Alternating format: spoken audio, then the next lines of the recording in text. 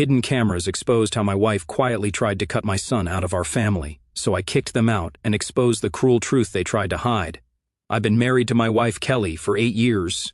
I thought we had a solid relationship, a good partnership. She had one daughter from a previous marriage, Ava, and I had one son, Liam, who's 10. From the moment we said, "I do," I've done everything in my power to provide a good life for all of us. I'm the one footing the bill for the house, the cars, the vacations, and basically everything else. Yet, somehow, Kelly has managed to repay me by treating my son like he's a guest in his own home. We live in a 3-bedroom house. Ava, who just turned 11, has her own room, a room I insisted on decorating for her, by the way. Liam also has his own room, and Kelly and I share the master bedroom. From the outside, it probably looks like a pretty functional setup, but inside these walls, there's a divide that keeps growing wider and more impossible to ignore. Ava is, well, a mini version of her mom. She's entitled and spoiled, though not in an outright malicious way. She doesn't bully Liam outright, but she always makes it clear that she's the princess of the house. Kelly is a different story. From the very beginning, it's like she decided that Liam was my kid and not her responsibility. She barely speaks to him unless she has to. If he's upset or hurt, she's indifferent. It's not just that she doesn't go out of her way to spend time with him, it's that she actively avoids doing so. All her focus is on Ava, her parties, her needs, her whims. Liam, he's an afterthought. At first I told myself it was just an adjustment period. Blending families is hard, right? I figured she needed time to bond with Liam, but 8 years later, how much time does someone need? If anything, it's gotten worse. It's like she's built a wall between herself and Liam, and she's determined to keep it standing. And Liam, bless him, he's a good kid. He's kind and polite, always willing to help out. He's been through so much already, losing his mom 2 years before Kelly and I got married. He's always been hopeful that Kelly would be the mother figure he's been missing, but the way she treats him, it's like a knife to the heart. I see it in his eyes, the way he looks at her, hoping for a shred of affection or acknowledgement, only to be met with indifference or worse, annoyance. I wasn't stupid not to notice, but I was giving her a chance. When Kelly would leave Liam out of family activities, I told myself it might be just a coincidence. When she ignored his achievements while praising Ava for the smallest things, I chalked it up to her being busy or distracted. But now, looking back, I see it for what it was, a pattern, a clear and deliberate pattern of exclusion. I've tried to talk to her about it over the years, but it always turns into a fight. She accuses me of being overprotective or overreacting. She insists that she treats both kids equally, even when it's blatantly untrue. I've even tried family counseling, but she refused to participate, claiming that I was the one with the problem, not her. The divide in our house has become unbearable. Ava walks around like she owns the place, and Kelly enables her every whim. Meanwhile, Liam tiptoes around, trying not to upset anyone, trying to find his place in a home that doesn't feel like his own. There was one moment that stands out in my mind, a moment that made me realize just how bad things had gotten. It was a Saturday morning, and I was working in the garage. Liam came out to show me a drawing he'd been working on. He's got a talent for art, something he's really passionate about. He was so excited, beaming as he handed me the paper. "This is amazing, buddy," I said, genuinely impressed. "Let's show Kelly." We went inside, and Liam proudly held up his drawing. "Look what I made, Kelly," he said, his eyes shining with hope. She barely glanced at it. "That's nice, Liam," she said, her tone flat. Then she turned back to Ava, who was whining about wanting a snack. "What do you want, sweetheart?" she cooed, completely ignoring Liam. The way his face fell, I'll never forget it. It was like watching a balloon deflate. He walked away quietly, mumbling something about going back to his room. I stood there, stunned, angry, and heartbroken all at once. I wanted to scream at Kelly, to shake her and make her see what she was doing, but I didn't. I just stood there, frozen, as the realization hit me, this wasn't going to change. Now, every time I see Liam retreat to his room or look at Kelly with that mix of hope and disappointment, I feel a knot in my stomach. He deserves better. He deserves to feel loved and valued in his own home. And if Kelly isn't willing to step up and be the mother he needs, then I'll have to figure out another way to give him the life he deserves. This is our reality, a blended family that looks perfect only from the outside. I'm sharing this because I need to get it off my chest, and maybe, just maybe, someone out there has been through something similar. Maybe someone has advice or words of wisdom because, right now, I feel like I'm failing my son, and that's a pain I wouldn't wish on anyone. What do you think? The breaking point came last weekend. It was Ava's 11th birthday, and Kelly went all out. She decorated the backyard with balloons and streamers, hired a clown, and got a custom cake with Ava's favorite cartoon characters on it. The whole setup screamed over the top, but I went along with it. Ava was excited, and I thought it might be a good opportunity for everyone to bond, or at least pretend to.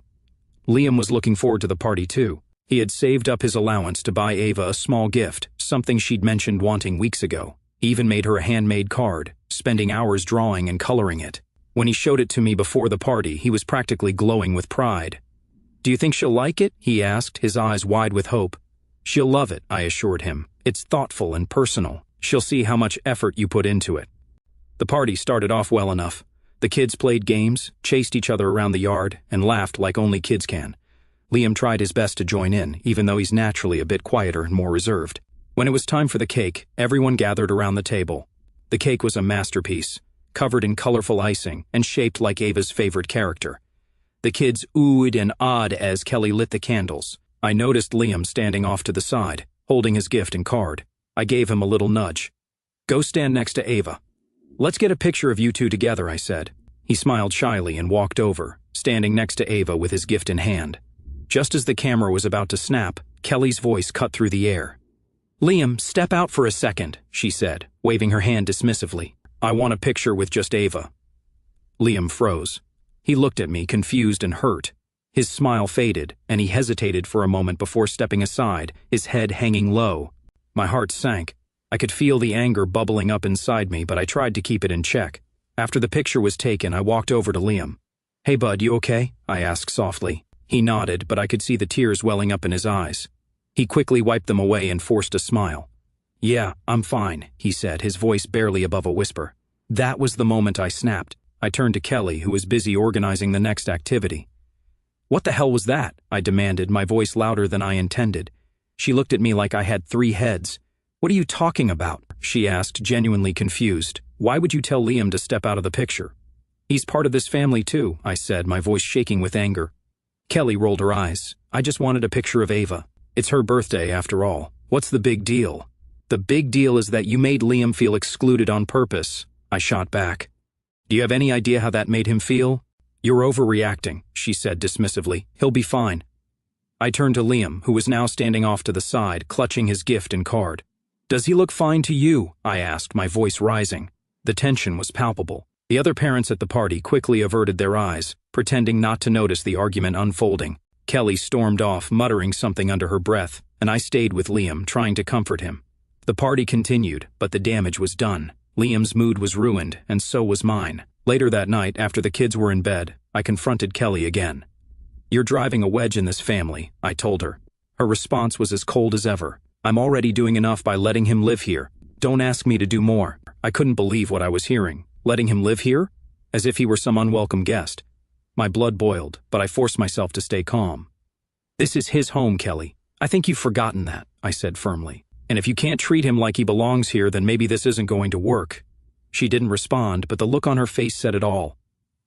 The divide in our family had never felt wider, and I knew something had to change soon. The fight didn't end with Ava's party. If anything, it ignited a fuse that had been smoldering for years. For the next few days, Kelly and I barely spoke. The tension in the house was suffocating. Even Ava, who usually thrived on being the center of attention, seemed uneasy. But Liam, he just kept his head down and stayed out of the way, as if he were used to being collateral damage. It was a Thursday evening when everything boiled over. I came home from work, exhausted but determined to address what had happened. Kelly was in the kitchen, scrolling on her phone, while Ava sat at the table doing homework. Liam was nowhere to be seen, probably hiding in his room like usual. "We need to talk," I said, setting my bag down. Kelly didn't even look up. "About what?" she asked, her tone clipped. "About Liam, about the way you treat him." That got her attention. She put her phone down and crossed her arms, leaning against the counter. "What now?" "I thought we already had this conversation." "No, we didn't," I said, my voice steady but firm. "We had a fight. There's a difference, and I'm not letting this go." Ava glanced up from her homework, sensing the brewing storm, but Kelly waved her off. "Go to your room, Ava," she said. Ava didn't argue, grabbing her books and retreating upstairs. Once we were alone, I took a deep breath and began. "Liam's a good kid. He's kind, he's respectful, and he's done nothing but try to be part of this family. But you've shut him out from day one, and I'm done pretending it's okay." Kelly rolled her eyes. "Oh, please, don't make me the villain here. I've done plenty for him." "Like what?" I shouted. "Ignoring him? Treating him like a burden? Letting Ava walk all over him? That's not being a stepmom, that's being a bully." Her face flushed with anger. "How dare you call me a bully? I've done everything I can to make this work, but he's not my kid. He's your responsibility, not mine." "And Ava's not mine," I said, my voice rising. But I've treated her like she is. I've provided for her, supported her, loved her. Why can't you do the same for Liam? Because it's different, she snapped. Ava's my daughter. Liam, he's just your son. Her words hit me, just your son, as if he were some outsider, an unwelcome guest in his own home. I stared at her, my hands shaking with anger. Do you even hear yourself right now? I asked, my voice low and trembling. You're not just hurting him, you're hurting us, this family. And if you can't see that, then maybe you don't belong here either. Her eyes widened, and for a moment, I thought she might actually apologize, but instead, she doubled down. You're unbelievable. I've put up with so much from you and Liam, and now you're threatening to kick me out? Fine, maybe I should leave.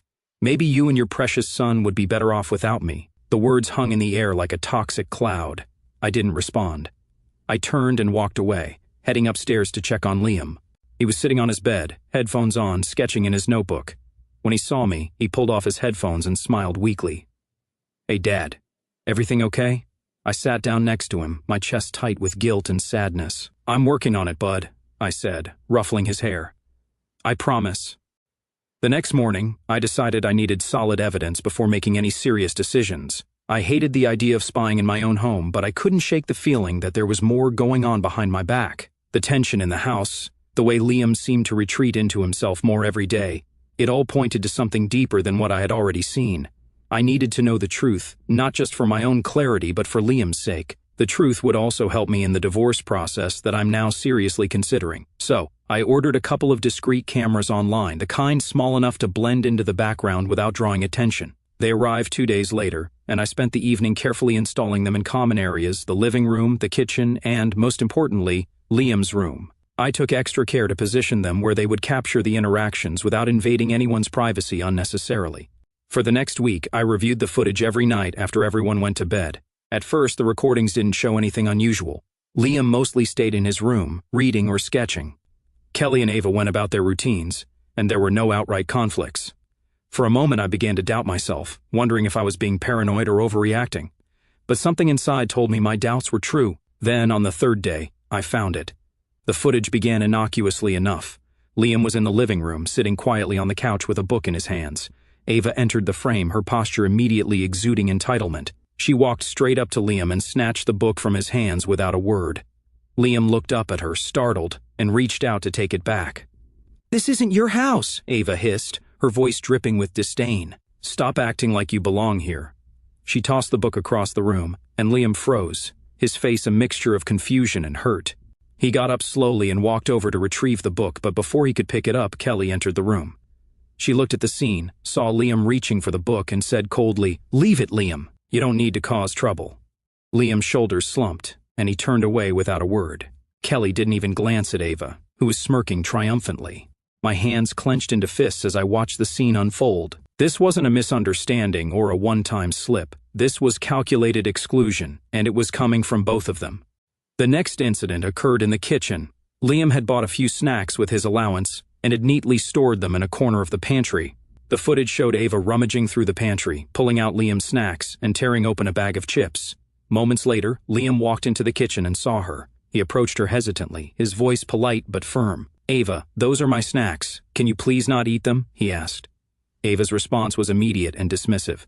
"Mom says I can have whatever I want. You don't get to tell me anything." Kelly entered the frame seconds later, holding her phone. She glanced at the scene, her expression indifferent. Ava looked at her and smirked, as if seeking backup. Kelly chuckled and said, "Don't be so selfish, Liam. Sharing won't kill you."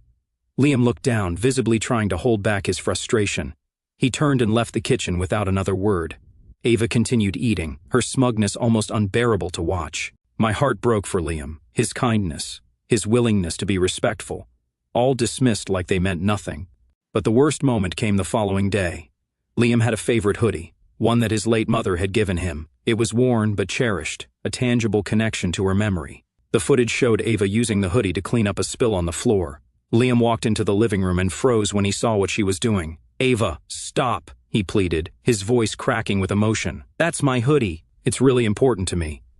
Ava looked at him and laughed. "It's just a stupid hoodie. Get over it." Liam rushed forward to take the hoodie from her, but before he could, Kelly appeared. She surveyed the scene, her lips curving into a faint smirk. "Maybe if you didn't leave your things lying around, this wouldn't happen," she said, her tone cold and mocking. Liam clutched the hoodie to his chest, tears welling up in his eyes as he turned to walk away. Kelly grabbed his arm roughly. "I told you to stop whining, didn't I?" she snapped. "Go to your room before I make you regret it." Liam winced, his small frame recoiling from her grip. He nodded silently and retreated to his room, his shoulders shaking as he clutched the ruined hoodie. Ava's giggles echoed in the background as Kelly turned away, unconcerned. Watching that footage felt like a punch in the face. I had known that things were bad, but this was abuse, plain and simple. The realization was almost too much to bear. That night, I sat in the dark replaying the scenes in my head. The evidence was undeniable, but so was the pain. I made up my mind, I'm going through with a divorce. This isn't a healthy family for either my son or me, and I need to take action immediately. Don't you think? Things have escalated, and honestly, I took a long, hard look at the situation with Kelly and Ava, and I realized I couldn't wait any longer to act. So, here's what happened. The day I confronted Kelly with the videos was one of the hardest and most liberating moments of my life. I waited until Liam was at school and Ava was out with a friend. Kelly was in the living room scrolling on her phone like nothing was wrong. My heart was pounding, but I knew I had to stay calm and stick to the facts. "Kelly," I started, holding the folder where I'd printed screenshots from the footage, "we need to talk now." She looked up, annoyed. "Can it wait? I'm in the middle of something." "No," I said firmly, sitting down across from her. "It can't." I handed her the folder, and she opened it reluctantly.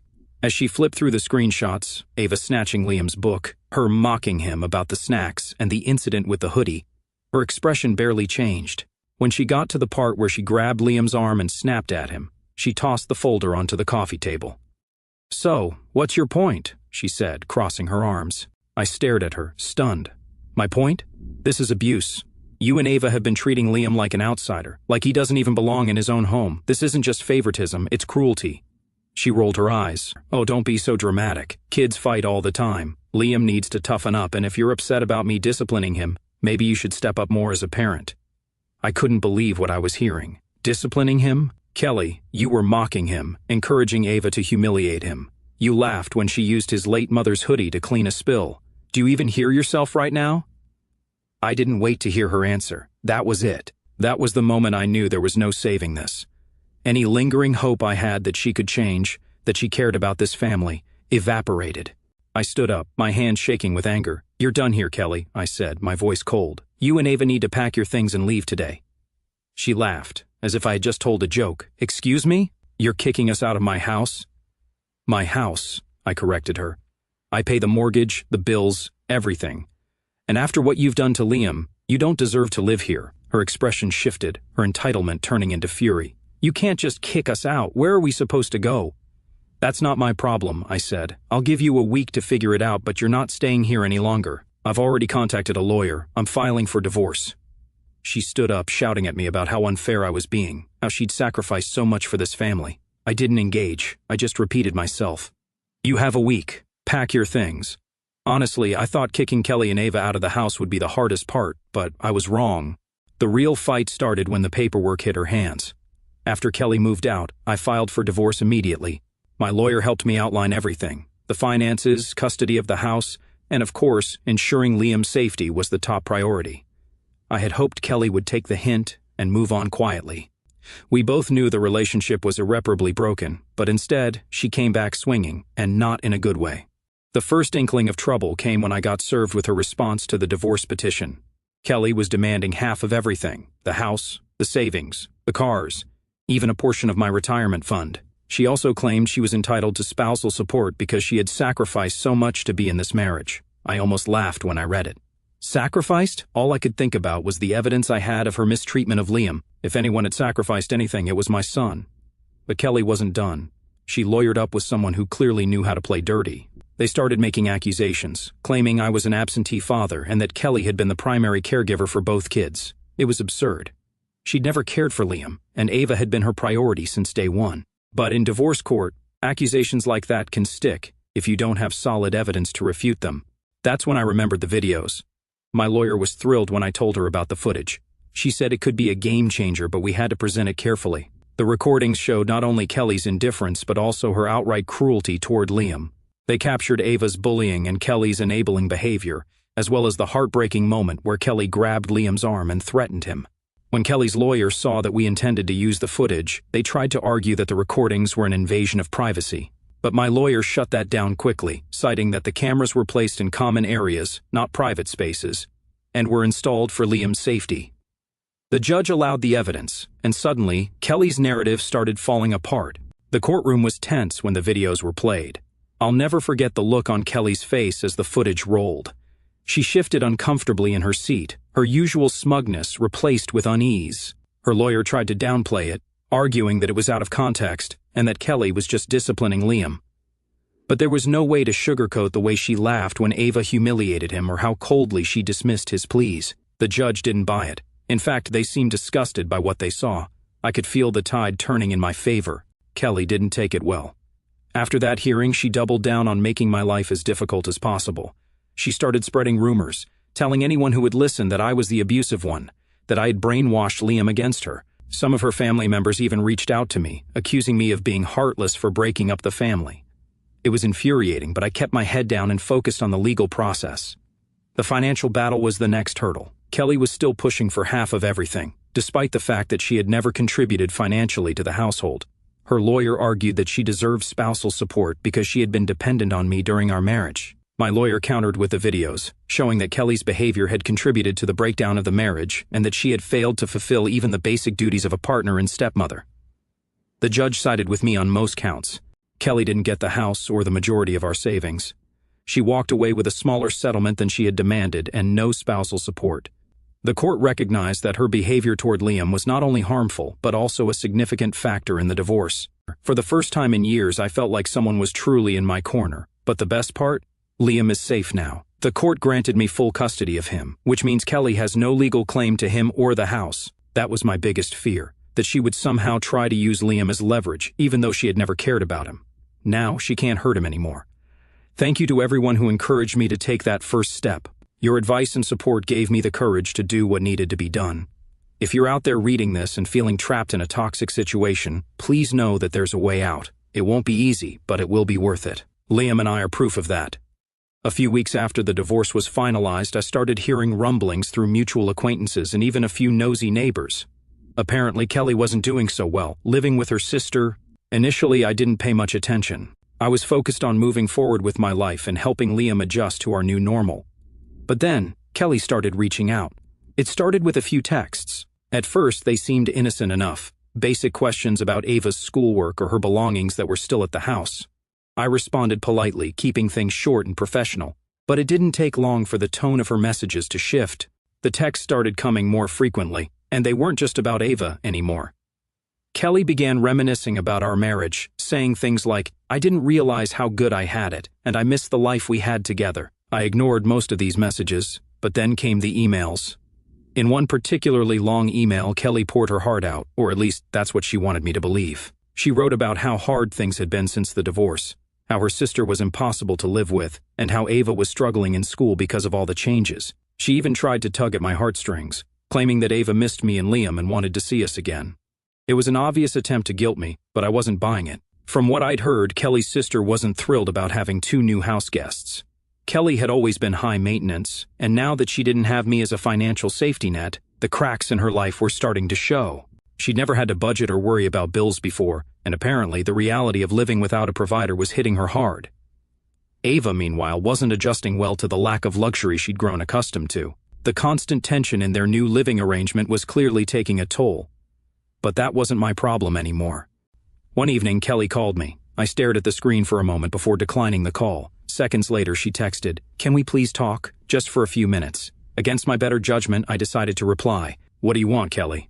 Her response came almost immediately. "I just want to apologize. I've been thinking a lot about everything, and I realize now how much I took for granted. I made mistakes, and I want to make things right." I stared at the message, my jaw tightening. This wasn't about making things right. This was about her realizing she couldn't handle the life she had created for herself. I decided to call her bluff. "What exactly do you want to make right?" I replied. "The way you treated Liam? The way you let Ava bully him? Or is this just about the fact that you don't have someone footing the bill for you anymore?" Her reply was defensive. "That's not fair. I know I wasn't perfect, but I did the best I could. I missed the life we had." "Don't you?" I didn't even bother responding. Instead, I blocked her number. It was clear that she hadn't truly changed. She was just desperate. Desperate for the comfort and stability she had lost, and likely desperate for someone to shoulder her responsibilities again. But I wasn't going to be that person anymore. Over the next few days, Kelly tried other ways to get in contact. She emailed me from a different address, showed up at Liam's school claiming she wanted to check on him, and even sent a message through one of her friends. Each time, I shut it down. I made it clear that we were done, that she had made her choices and would have to live with them now.